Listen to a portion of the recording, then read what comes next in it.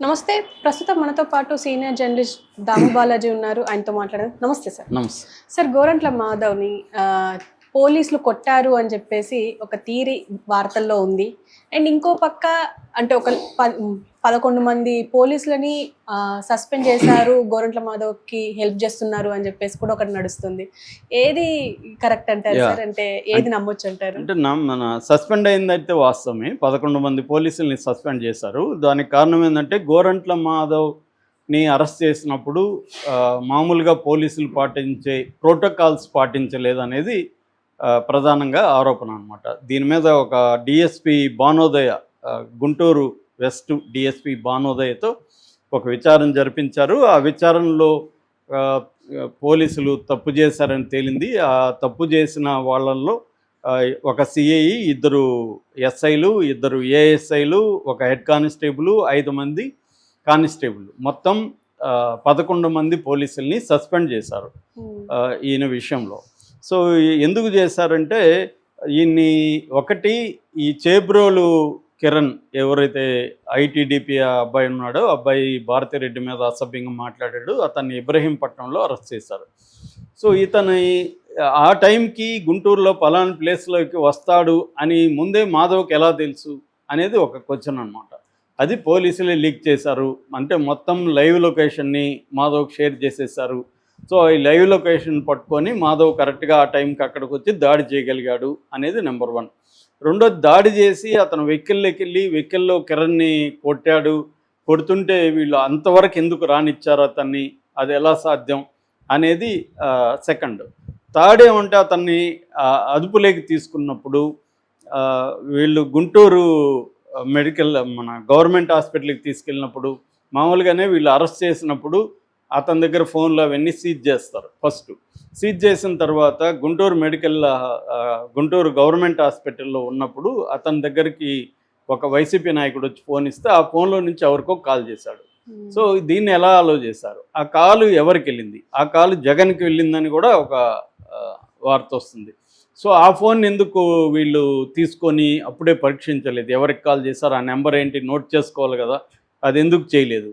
దాని తర్వాత ఇతన్ని అక్కడి నుంచి యాక్చువల్గా నల్లపాడు పోలీస్ స్టేషన్కి ఫస్ట్ తీసుకెళ్లారు. అక్కడి నుంచి గుంటూరు గవర్నమెంట్ హాస్పిటల్, అక్కడి నుంచి ఎస్పీ ఆఫీసు, అక్కడి నుంచి కోర్టు. ఇది పద్ధతి అనమాట. సో నల్లపాడు నుంచి తీసుకెళ్ళినప్పుడు గుంటూరు వైద్య పరీక్షలు జరిగినాక వీళ్ళ 5 మంది ప్లస్ ఇతను 6 మందిని అరెస్ట్ చేశారు. ఇతను అనుచరులు 5 మంది.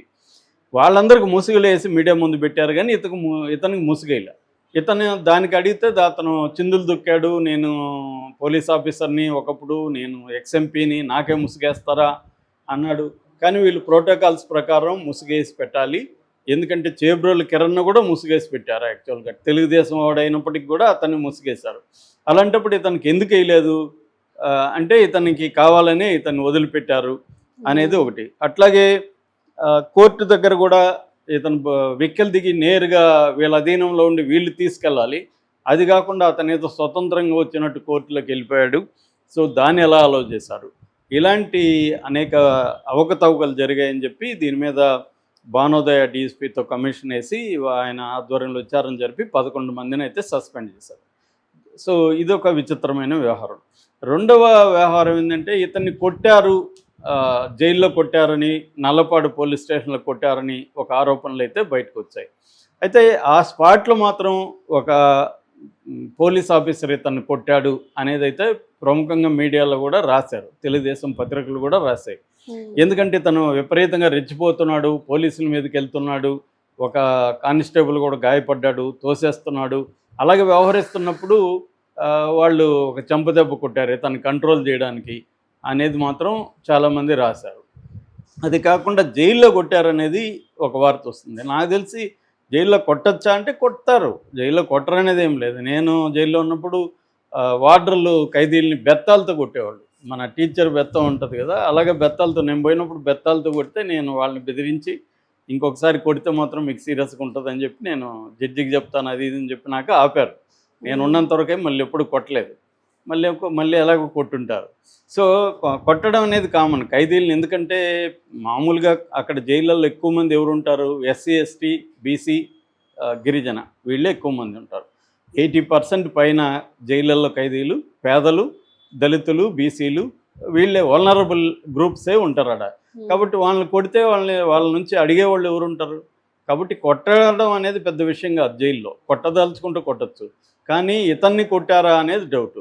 ఒకటి వార్డర్లు కొడతారు, 2 పాత ఖైదీల దగ్గర కూడా కొట్టిస్తారు. ఊరికైనా ఏరా చూస్తున్నావు కళ్ళకి అని కొడతారు అనమాట. లేకపోతే కాలు దుక్కేవరా అని కొడతారు. ఏదో ఒక కారణం ఉండొచ్చు. కొట్టడం ఉంటుంది, ర్యాగింగ్ ఉంటుంది. మనకి ఎవరన్నా ఫుడ్ బిస్కెట్లు ఏదైనా తెచ్చిస్తే సబ్బులు, బిస్కెట్లు ఇట్లాంటివి ఏవో తెచ్చిస్తారు చూడొచ్చిన వాడికి ములాఖత్, అవి లాగేసుకుని తినేస్తారు. ఇవన్నీ ఉంటాయన్నమాట. మనల్ని అరెస్ట్ చేయడం అవన్నీ ఉంటుంది. సో చేయదలుచుకుంటే ఒక ఖైదీని అరెస్ట్ చేయొచ్చు. కాకపోతే మాధవ్ లాంటి వాళ్ళని చేస్తారా అనేది డౌటు. కానీ చేయదలుచుకుంటే చేసి ఉండొచ్చు. ఒకవేళ చేస్తే మాధవ్ గమ్మున ఉంటాడా? అతను కోర్టుకి చెప్పడము అంటే ఇతను జ్యుడిషియల్ కస్టడీలో ఉంటారు కాబట్టి వీళ్ళకి ఏదన్నా అయితే కోర్టుకి చెప్పచ్చు అనమాట. అప్పుడు మనకు కూడా చంద్రబాబు విషయంలో కూడా చంద్రబాబుని పదే పదే ఆమె జడ్జి గారు మీకు అక్కడ బాగానే ఉంది కదా, ఎవరైనా ఇబ్బంది పెట్టారా, అరెస్ట్ చేశారా, ఇవన్నీ కూడా అడిగేది ఆమె.